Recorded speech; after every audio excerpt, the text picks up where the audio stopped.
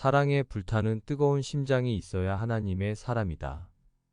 많은 주의 종들은 목회를 본격적으로 하기에 앞서 어떻게 실력을 쌓을지 고민한다.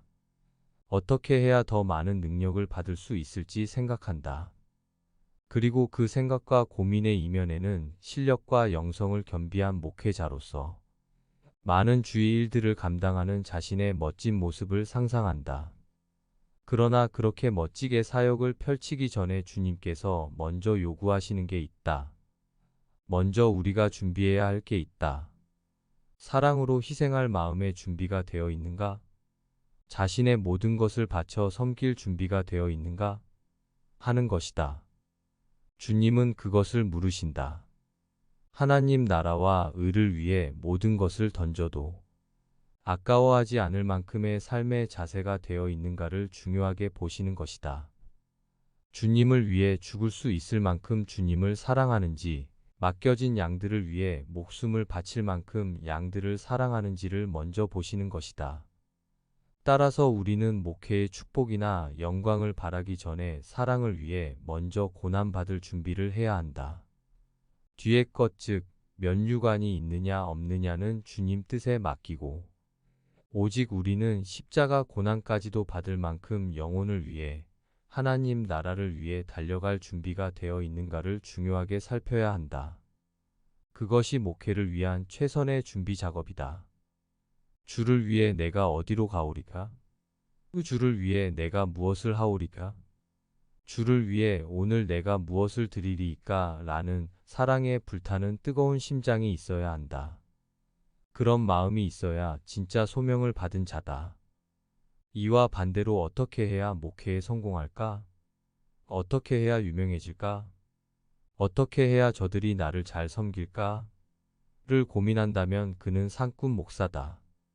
목회자라면 내가 정말 목회자로 부름받은 게 맞는지 살펴봐야 한다. 우리가 해야 할 최소한의 마음 준비, 즉 사랑하고 희생할 마음의 준비가 안 되어 있다면 그는 분명 목회의 소명이 없는 자다. 고난받을 마음의 준비를 하라는 것은 카톨릭적인 금욕주의를 말하는 게 아니다. 고난을 위한 고난도 아니고 해탈을 위한 고난도 아니다. 영혼을 사랑하기 때문에 희생하는 것을 말한다. 내 시간, 내 물질, 내 명예, 내 자존심 따위를 배설물로 여기라는 것이다. 주님을 위해 주님께서 맡기신 양들을 사랑하기 위해 나를 버릴 준비가 되어 있어야 한다는 것이다. 그렇게 모든 것을 주님께 의탁한 자는 비상식적인 삶을 살아간다. 돈이 없어도 넘치도록 헌금하고 시간이 없어도 주님 일이라면 기꺼이 사역하며 위험한 일 앞에서도 두려움 없이 사역한다. 때로는 이상한 선택을 하기도 한다. 쉬운 길, 보장된 길을 놔두고 어려운 길, 힘든 길을 택하기도 한다. 그런데 더 이상한 것은 그렇게 좁은 길, 어려운 길을 택했음에도 불구하고 주님께서 은혜를 부어주시면 더 이상 영광스러울 수 없을 만큼, 더 이상 찬란할 수 없을 만큼 엄청난 축복을 받는다. 그것이 하나님 나라의 삶의 원리다. 너희는 먼저 그의 나라와 그의 의를 구하라. 그리하면 이 모든 것을 너희에게 더하시리라. 몇 년 전 첫째 딸을 결혼시키려고 보니 모아둔 돈이 없었다. 돈이 없다는 사실을 딸조차 믿어주지 않았다. 엄마, 정말 없어요? 그게 딸의 물음이었다. 물론 수영로 교회에서는 충분한 사례비를 준다. 나처럼 많은 사례비를 받으며 목회하는 이도 드물 것이다. 그런 점에서 나는 늘 많은 목회자들에게 빚진 마음이다. 물질의 주인이 하나님이시기에 하나님께 먼저 드린다는 것에 대해서는 아내나 나나 물러섬이 없었던 것 같다. 어쩌면 아내가 나보다 더한 편이다. 교회가 커질수록 도움을 요청하는 이들도 많다. 그렇다고 내가 대단한 희생을 한다는 뜻은 결코 아니다. 나는 교회에서 먹을 것, 입을 것 해결이 다 된다. 너무도 많은 분들이 부족한 종을 섬겨주신다. 그 덕분에 너무나 배부르고 등 따숩게 지내고 있다.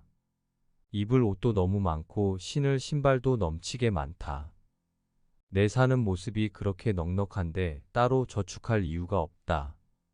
무엇보다 젊은 시절에 주님을 위해 목숨까지도 버릴 수 있다고 고백했던 내가 돈을 모아놓고 그곳에 내 마음을 의지하고 싶지 않았다. 내가 비록 신앙의 가문에서 물질 드림의 우선순위를 배우지는 못했지만 하나님께서는 친히 물질 관리의 우선순위가 어떠해야 하는지 내 마음에 감동을 주셔서 가르쳐 주셨다.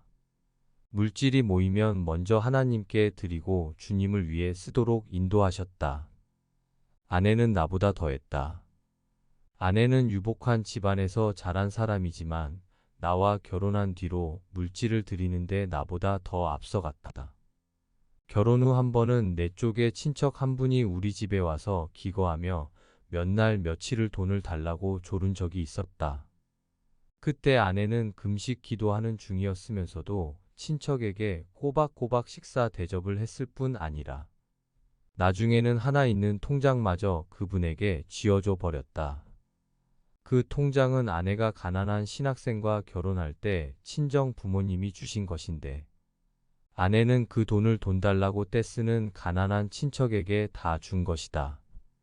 물론 그 후 아내는 며칠 동안 먼 산을 바라보게 되었노라고 고백했다. 힘들 때마다 몰래 꺼내서 바라보던 통장이 없어졌으니 그럴 만도 했다. 그러나 아내는 자신이 의지하고 있던 그 통장을 어떤 면에서는 의도적으로 가난한 그 친척에게 준 것이었다. 하나님보다 재물을 의지하고 싶지 않았던 것이다. 어려운 사람에게 내가 가진 것 모두를 아낌없이 주는 결단을 해야만 할 시점이었다고 생각했는지도 모른다. 그 후 아내는 물질을 하나님께 드리고 어려운 이웃을 돌보는데 더욱 아낌없이 사용했다. 한 사람이 두 주인을 섬기지 못할 것이니 혹 이를 미워하며 저를 사랑하거나 혹 이를 중히 여기며 저를 경히 여김이라 너희가 하나님과 재물을 겸하여 섬기지 못하느니라. 그렇다고 우리 부부가 무슨 청빈주의자처럼 사는 것은 아니다. 분에 넘치게 좋은 집과 분에 넘치게 맛있는 음식과 분에 넘치게 좋은 옷이 우리에게 늘 넘쳐난다. 우린 그야말로 하나님 나라 왕족의 자손처럼 누리며 산다. 하나님께 많은 것을 드린다고는 하지만 그 모든 것도 다 하나님으로부터 온 것이고 우리 또한 매우 풍족한 생활을 누리고 있기에 공로로 내세울 만한 것은 하나도 없다. 또한 저축 통장을 만들지 않고 우리처럼 사는 게 반드시 옳다는 뜻만은 아니다. 다만 하나님이 많이 주신 자들에게는 비축하기보다는 나누며 살 것을 드리며 살 것을 요구하신다는 말을 하고 싶을 뿐이다.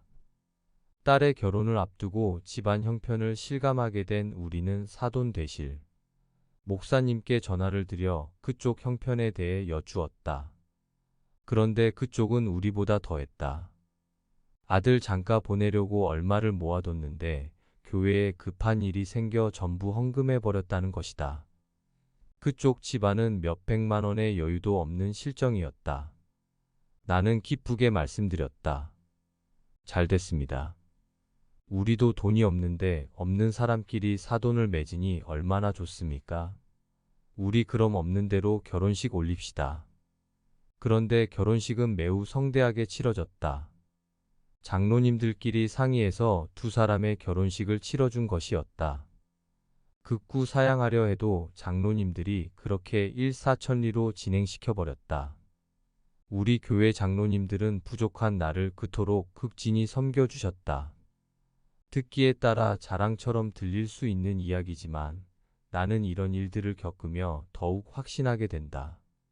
모든 것을 하나님께 맡기고 마음과 뜻과 정성을 다해 물질과 시간과 몸을 바쳐 하나님을 섬기는 자녀들에게 하나님은 주시되 후히 주신다는 것을, 드린 것의 몇 배, 몇십 배로 보상해 주신다는 것을, 하나님은 보상을 바라지 않는 순수한 사랑의 마음으로 헌신하는 당신의 자녀들에게 후히 갚아주시며 빛나는 면류관을 씌워주신다. 문제는 먼저 하나님께 순전한 사랑의 고백을 하고 있는가? 이것이다. 평생 이 고백을 하며 사는 당신의 자녀에게 아버지이신 하나님은 반드시 축복의 면류관을 씌워주신다. 내가 아는 어떤 목사님은 평생 전도자로 사셨다. 하지만 목회적인 열매로 따져보면 무능하디 무능한 목사셨다. 아침부터 저녁까지 날마다 전도만 하며 사셨지만 신기하게도 열매가 거의 없었다. 더욱 신기한 것은 그렇게 열매가 없음에도 불구하고 이분은 낙심하지 않고 날마다 전도를 나가셨다는 사실이다. 날마다 주님 사랑하는 마음으로 주님 명령에 순종하여 복음을 전하신 것이다. 그 덕에 사모님은 자녀들 키우느라 많은 수고와 고생을 감당하셔야 했다. 그런데 그 자녀들 한 사람 한 사람이 얼마나 잘 자랐는지 신앙과 인품도 훌륭했을 뿐 아니라 재벌이 되는 복도 받았다. 자식 농사 잘 된 것만큼 큰 기쁨이 어디 있을까? 주님 품에 안길 때 결국 우리가 남기고 가는 선명한 흔적은 자식이 아니던가. 나는 그분의 삶을 보면서 많은 교훈과 위로를 받았다. 하나님께서 가장 중요하게 보시는 것은 결국 얼마나 많은 영혼을 구원했는가, 얼마나 목회를 크게 했는가가 아니라 그렇게 힘들어도 그렇게 멸시받고 천대받아도 주님 명령에 순종하여 끝까지 주의 일을 감당하는 것, 주님을 사랑하여 끝까지 주를 위해 사는 것, 그것을 가장 중요하게 보신다는 것이다. 주님을 사랑한다는 고백을 날마다 삶으로 그렇게 보여드릴 때 하나님은 상을 주시되 가장 큰 상을 주시고 받을 만한 때에 주신다는 사실도 알게 되었다. 당장 눈에 보이는 열매가 없어. 낙심이 되어도 결국에는 기쁨의 단을 거두게 하시는 하나님의 은혜를 깨닫는 것이다. 목회자든 평신도든 주의 일을 하는 것 자체가 이미 큰 상급이기도 하다. 찬송가 260장 3절 가사는 그런 면에서 깊은 은혜를 준다. 씨를 뿌릴 때에 나지 아니할까 슬퍼하며 심히 애탈지라도 나중 예수께서 칭찬하시리니 기쁨으로 단을 거두리로다. 거두리로다 거두리로다 기쁨으로 단을 거두리로다. 거두리로다 거두리로다 기쁨으로 단을 거두리로다. 하나님께서 우리의 삶을 우리의 목회를 어떻게 인도하실지 우린 알 수 없다. 모든 것은 성령께서 하시고 그것을 통해 하나님께서 영광 받으실 것이다. 그렇다면 우리가 해야 할 일은 무엇인가? 사랑의 고백이다. 주를 위해서 하면 주께서 맡겨주신 양들을 위해서라면 모든 것을 다 걸겠다는 사랑의 고백만 올려드리면 된다. 그 고백으로 하루하루를 살아가면 된다. 그것이 최선의 삶이다.